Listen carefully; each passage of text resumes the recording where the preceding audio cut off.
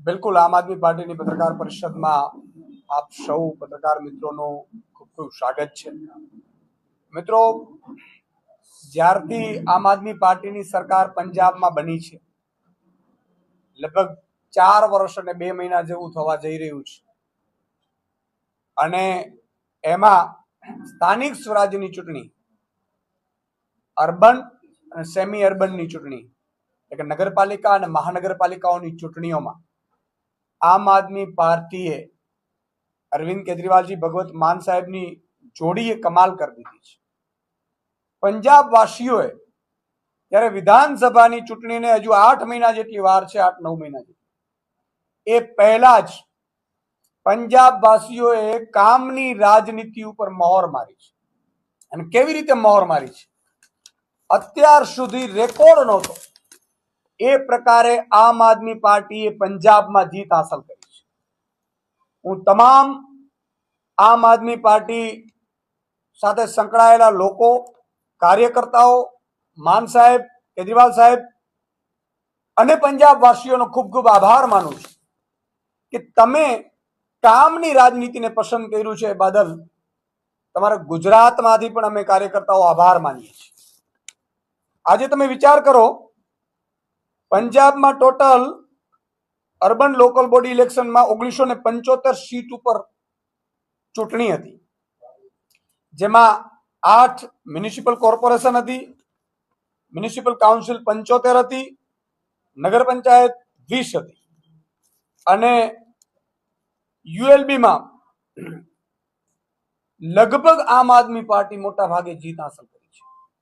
પહેલી વખત પંજાબમાં, અત્યાર સુધી ગામડાઓમાં તો આમ આદમી પાર્ટીની બલ્લે બલ્લે હતી જ, ગ્રામ પંચાયતો, તાલુકા જિલ્લા પંચાયતો આમ આદમી પાર્ટીએ જીત હાંસલ બહુમતીથી કરી, ભારી બહુમતીથી કરી, પરંતુ પહેલી વખત શહેરના લોકોએ પણ બેલેટ પેપરથી થયેલ ચૂંટણીમાં શહેરી વર્ગે પણ, શહેરના લોકોએ પણ, મ્યુનિસિપલ કોર્પોરેશનોમાં પણ આમ આદમી પાર્ટીની 5 જેટલી કોર્પોરેશનો પૂર્ણ બહુમત છે અને 1 હંગ બની છે, જેમાં પણ આમ આદમી પાર્ટીની બેસે એવી સ્થિતિ છે।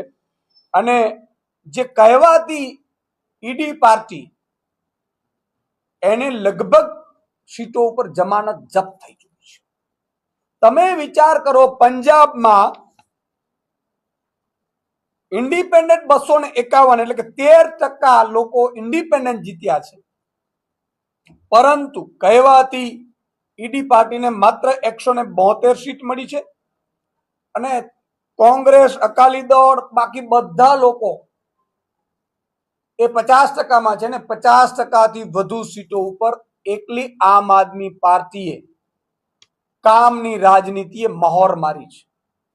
આજે મ્યુનિસિપલ કોર્પોરેશનમાં 6 જેટલી, એટલે કે 5 એક અંક છે।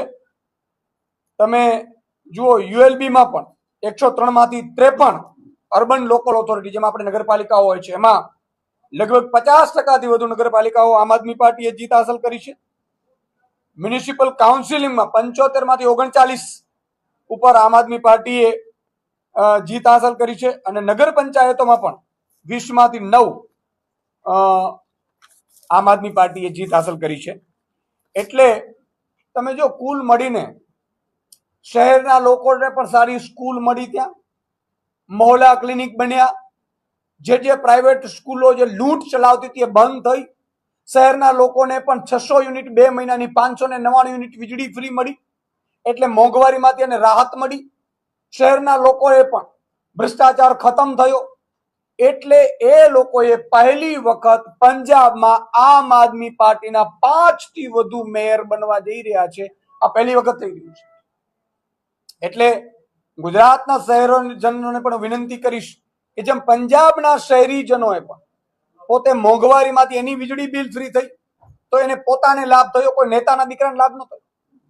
એમને સ્કૂલ સારી બની તો તમે જેમ આપણે અમદાવાદ, વડોદરા, સુરત, રાજકોટમાં લાખ લાખ રૂપિયા ફી ભરીએ છીએ, અત્યારે પંજાબમાં શહેરોમાં સ્કૂલો સારી બનવા માંડી, અને સારી સારી ઇંગ્લિશ મીડિયમથી માંડીને તમામ સ્કૂલો છે એ સારી બની, એટલે એમની ફી બચવા માંડી, અને એટલા માટે એ લોકોએ આમ આદમી પાર્ટીને પસંદ કરી હતી એમણે કામ બતાવ્યું અને ફરીથી આમ આદમી પાર્ટીને પસંદ કરી છે શહેરી વર્ગે.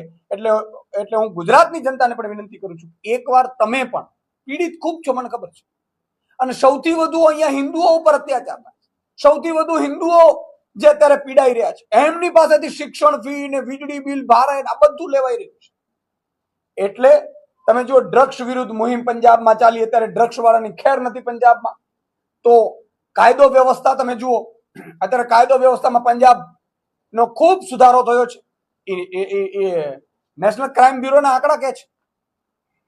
એટલે કાયદો વ્યવસ્થાની વાત હોય, સુરક્ષાની વાત હોય, સરહદ રાજ્ય છે એની સુરક્ષાની વાત હોય, ટુરિસ્ટની વાત હોય, આ બધામાં પંજાબમાં આમ આદમી પાર્ટીએ 4 વર્ષમાં જે કામ કર્યું છે એ પિછલી સરકારોએ 80 વર્ષમાં નથી કરી શકી. અને એટલા માટે આજે શહેરી વર્ગ પણ પંજાબના ગામડામાંથી શહેરી વર્ગે પણ આમ આદમી પાર્ટીને પસંદ કરી છે. ગુજરાતની જનતાને પણ વિનંતી કરું છું કે એકવાર તમે પણ આ બાબતે વિચાર કરજો. તમારો કંઈ સવાલ હોય.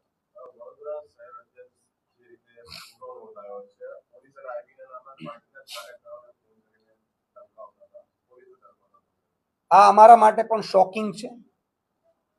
આ બાબત મારા ધ્યાન ઉપર આવી છે. મારી પ્રદેશની રાષ્ટ્રીય ટીમ સાથે પણ અમારે ચર્ચા થઈ છે, પરંતુ હજી કારણ કે એમની ધરપકડ થઈ ચૂકી છે એટલે મારે બહાર કંઈ વાત નથી થઈ. પરંતુ આ બાબત અમારા માટે પણ શોકિંગ છે. આમ આદમી પાર્ટી હંમેશા ગરીબો, વંચિતો, શોષિતો, ખેડૂતો, મજૂરો, શ્રમિકો અને મધ્યમ વર્ગ માટે લડનારી પાર્ટી છે. અમે હંમેશા જે ગુજરાતની જનતાના હક અને અવાજ માટે, એને હક અને અવાજ મળી રહે એટલા માટે અમારું કામ હોય છે. એટલે હજી આ વિગત વિચારાધીન છે. જ્યારે બહાર આવશે ત્યારે સંપૂર્ણ વિગત આવશે. પણ એ અમારા માટે પણ શોકિંગ છે અને કદાચ એમાં કંઈ સંડોવણી હશે તો અમારી તરફથી પણ એ બાબતે કાર્યવાહી થશે. પંજાબમાં જેવી રીતે બેલેટ પેપરની ચૂંટણી લઈને આમ આદમી પાર્ટી ક્લીન સ્વીપ થઈ, એના માટે ગુજરાતમાં શું આગામી? બિલકુલ, હું તો એવું માનું છું, જો પંજાબમાં આમ આદમી પાર્ટીએ બેલેટ પેપરથી ચૂંટણી કરી. શું કામ? તો કે લોકો એવું માન્યું છે કે ભાઈ કદાચ ઈવીએમ છે, ઇલેક્ટ્રોનિક મશીન છે, મોબાઈલ હેક થઈ શકે છે, તો કદાચ લોકોને શંકા છે. આવું હશે નહીં, ચૂંટણી પંચ ના પાડે છે, પણ લોકોને શંકા છે. તો આમ આદમી પાર્ટીએ બેલેટ પેપરથી ચૂંટણી કરી અને લગભગ આમ લોકોએ ઉત્સાહપૂર્વક મતદાન કર્યું. અને તમે જુઓ, આમ આદમી પાર્ટીએ બેલેટ પેપર પરથી ચૂંટણી થયેલી એટલે આમ આદમી પાર્ટીને 50%થી વધુ સીટો હાંસલ થઈ છે. એક બાજુ 50% બધા છે, એમાં 13% તો ઇન્ડિપેન્ડન્ટ છે, અને ઇન્ડિપેન્ડન્ટ પણ મોટા ભાગે આમ આદમી પાર્ટીના સપોર્ટેડ છે. તો બીજી બાજુ તમે જુઓ, ગુજરાતમાં પણ તમે દર 5 વ્યક્તિ એકવાર તમે કોકને પૂછજો તો એ લોકો એવું માને છે કે ભાઈ બેલેટ પેપરથી ચૂંટણી થવી જોઈએ, આખા દેશમાં થવી જોઈએ ચૂંટણી. તો લોકો ઉત્સાહપૂર્વક ચૂંટણીઓ કરાવવા પણ ઘણા લોકો એવું માને છે કે ભાઈ ઈવીએમ છે એટલે અમે નથી કરતા, એવું પણ છે. તો લોકતંત્રને મજબૂત બનાવવું તો લોકો કહે, લોકોની માંગ શું છે, લોકોની લાગણી શું છે, એ પ્રમાણે જો થાય તો વધારે સારું. ગુજરાતમાં પણ હું તો એમ કહું છું કે બેલેટ પેપરથી ચૂંટણી કરવી જોઈએ.